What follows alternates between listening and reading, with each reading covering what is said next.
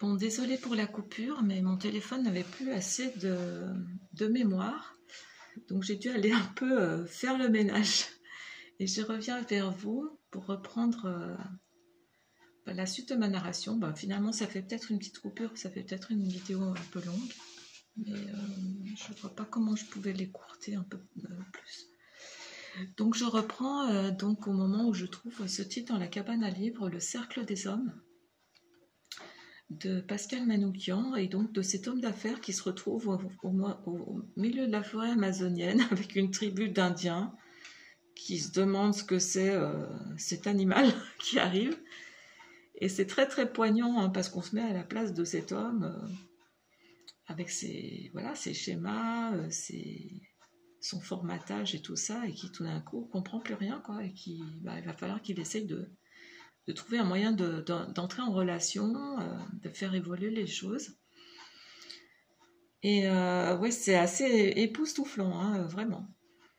Et donc, ça fait tellement écho à Gérard que j'ai dit, j'appelle Jacqueline et je lui dis, écoute, tu sais, Jacqueline, j'ai trouvé ce livre dans la cabane à livres et je pense tellement à Gérard, si tu veux, je te le passe. Et quand je lui dis le titre, elle me dit, mais tu sais, en fait, ce livre, c'est Gérard qui me l'avait offert. Et en faisant du tri il y a quelques jours, c'est moi qui l'ai mis dans la cabane à livres. Et là, franchement, en fait, c'est double lien, quoi. C'était assez incroyable d'apprendre ça. Et je crois qu'elle était assez contente, finalement, que ce livre tombe entre mes mains. Et j'avoue que pour l'instant, je ne l'ai pas remis en circulation parce que, d'abord parce que le contenu vraiment a une résonance en moi très puissante. Je vais le prêter sans doute à des gens qui sont un peu dans les mêmes énergies. Et puis peut-être un jour je le remettrai en circulation, mais pas pour l'instant parce que voilà, il y a aussi tout ce côté d'interconnexion avec Gérard et Jacqueline. Donc les semaines passent, Jacqueline reprend ses activités de plus belle. Et pourtant, moi, je sens qu'elle est en perte d'énergie. Je ne sais pas comment expliquer ça. Et j'essaye un peu de lui dire de lever le pied, de calmer les choses et peut-être de faire un peu plus le deuil. Je ne sais pas comment dire, en fait, ce que je ressentais. Et on n'arrivait pas tellement à se voir en tête-à-tête pour échanger comme nous le faisions quelquefois. Et à l'automne, en décembre en fait, elle commence à avoir des problèmes tout d'abord physiques et ensuite vraiment de santé de plus en plus graves, on va dire, avec des traitements de plus en plus lourds. Et elle garde quand même toujours cette idée qu'elle va s'en sortir, que tout va aller, tout ça. Mais moi, en avril, le 7 avril exactement, je fais un rêve prémonitoire. Et là, pour moi, c'est assez clair qu'elle va s'en aller. Alors, ces rêves, c'est toujours très compliqué quand ils m'arrivent. Alors, au début, c'était avec des membres de ma famille, et là, avec Jacqueline, c'est la première fois que c'était avec quelqu'un de proche, mais pas de parenté, on va dire. Et c'est toujours compliqué parce que je me réveille en sueur et je me suis posé la question du pourquoi. Et en fait, il y a plus de 10 ans, j'ai fait une formation pour accompagner les gens en fin de vie. Et j'ai été visiteuse en centre hospitalier durant 2 ans et demi, jusqu'au décès de ma mère, où je l'ai accompagnée. Et donc je me dis, ces rêves, c'est peut-être juste pour que je sois peut-être plus à l'écoute, plus présente si, voilà, si la personne a envie peut-être ben d'échanger, d'être soutenue, parce que quelquefois c'est difficile de se confier à ses plus proches. Donc je pense que voilà, j'essayais d'être plus présente et de différentes façons, même si elle n'était pas beaucoup disponible en fait. Et puis avec beaucoup de soins, et puis je laissais aussi la place quand même à ses proches, hein, ce qui est normal. Et fin juillet, au moment de partir en vacances, en fait, en voiture, on passe devant sa maison. Et là, j'ai eu vraiment un pincement au cœur. Et voilà, c'est comme, vous savez, c'est fugace, mais c'est l'intuition que je ne la reverrai pas. Et en effet, sur le chemin du retour, le 9 août, jour pour jour, l'année dernière, eh bien, je reçois un SMS qui m'apprend son départ, le jour de la Saint-Amour. À côté de moi, j'ai mon petit-fils de 7 ans, et il connaissait Gérard et Jacqueline, parce qu'en fait, il avait l'habitude de m'accompagner ou de les voir, parce que, comme je vous disais, on faisait beaucoup d'échanges, de trocs, et puis voilà, des relations de voisinage. Et donc, voilà, ils avaient toujours un mot gentil pour lui, une attention. Et puis, mon petit-fils qui aime bien l'originalité, je pense qu'il trouvait en Gérard quelqu'un, voilà, haut en couleur. Et donc, je vois qu'à côté de moi, quand j'apprends la nouvelle, il est un peu quand même chamboulé. Je lui dis, tu sais, Livio, peut-être que si on demande à Jacqueline de nous faire un signe, ben, elle va nous le faire. Et il me dit, oui, mais mamie, mais comment, mais quel signe Alors, je lui dis ce qui me vient un peu sur l'instant. Je lui dis, bah écoute, on va regarder sur la route, peut-être que sur un panneau, on va voir son prénom, ou peut-être son nom de famille. Donc, je lui donne son nom de famille, peut-être son nom de jeune fille avant qu'elle se marie. Donc, je lui donne le nom de jeune fille. Et pas plus. Quelques kilomètres plus loin, il a envie de faire pipi. Donc, mon mari quitte la nationale, prend une petite route pour trouver un petit endroit tranquille. Et donc, un peu plus loin, à la sortie d'un village, il s'arrête sur le bas-côté. Et vous allez me croire ou non, en face de l'endroit où on se gare, il y a un panneau. Vous savez, ces panneaux qu'on voit au bord des routes qui annoncent un édifice à visiter, le patrimoine, etc. Ou un lieu, un paysage à voir, enfin voilà. Donc ces grands panneaux. Et là, on voit prieuré de P, donc je vous dis pas c'est juste l'initiale, mais en tout cas, c'est son nom de jeune fille. Et en plus, ben là où on se gare, en fait, il y a une quantité de murs incroyable et mon petit-fils se régale.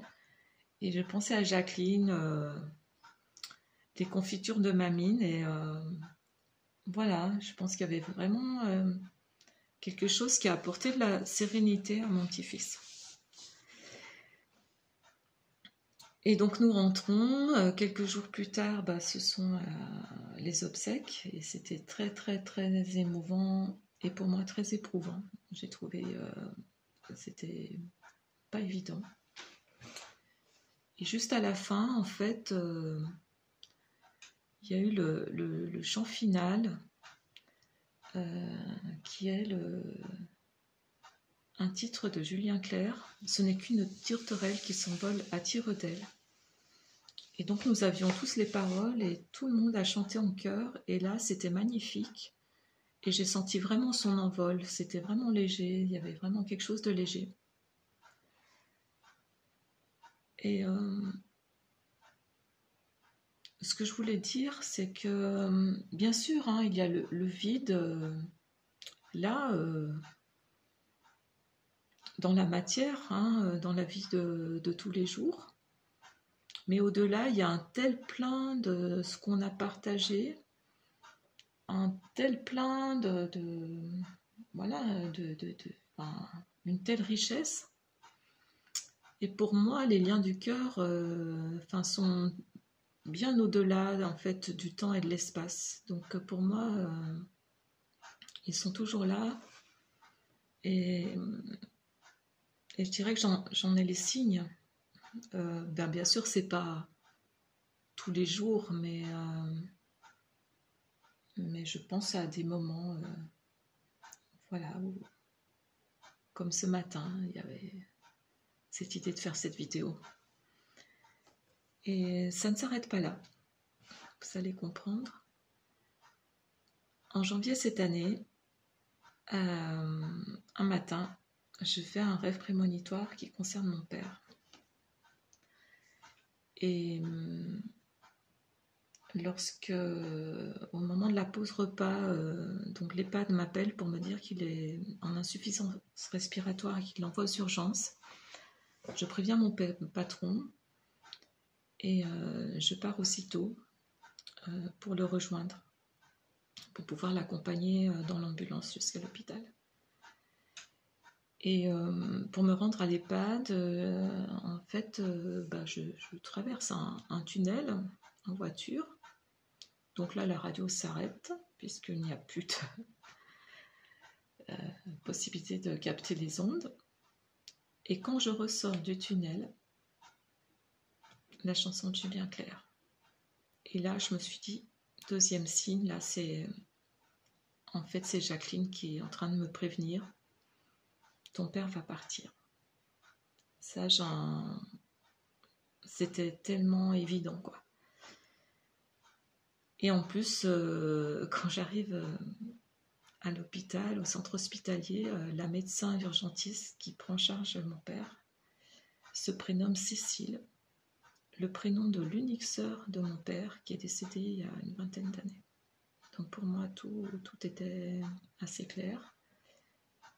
Et j'ai pu donc passer la dernière nuit avec mon père à l'accompagner jusqu'à son dernier souffle. Voilà, donc je pense que ce sont des interconnexions très fortes.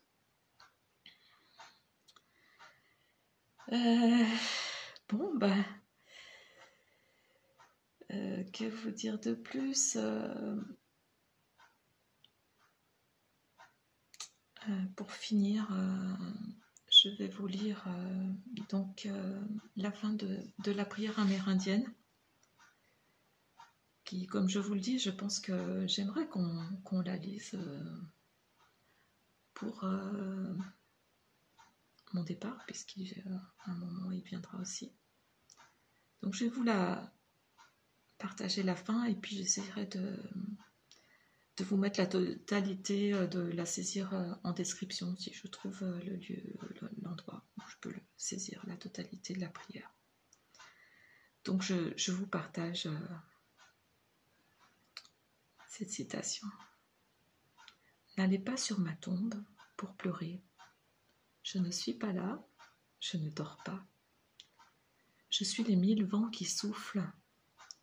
Je suis le scintillement des cristaux de neige. Je suis la lumière qui traverse le champ de blé. Je suis la douce pluie d'automne. Je suis l'éveil des oiseaux dans le calme du matin.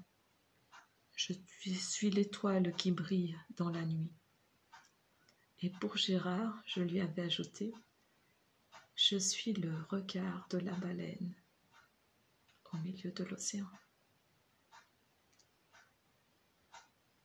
Voilà, j'arrive donc à la fin de cette vidéo, de ce que j'avais envie de vous partager.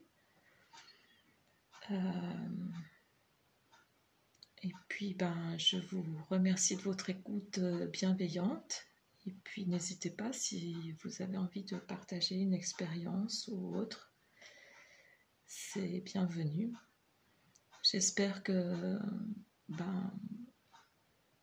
cet hommage aura résonné en vous et peut-être voilà, vous donner cette énergie de vie, cette pulsion de vie malgré les épreuves que chacun peut trouver sur sa route. Comme les autres fois, je ne sais pas quand je referai une vidéo puisque c'est toujours suite à une intuition, à une inspiration du moment, comme ce matin, où c'était au réveil comme une évidence. Donc voilà, je ne sais pas quand et ni même s'il y en aura une autre. Je vous souhaite un beau mois d'août et puis surtout prenez soin de vous et je vous souhaite le meilleur de tout cœur.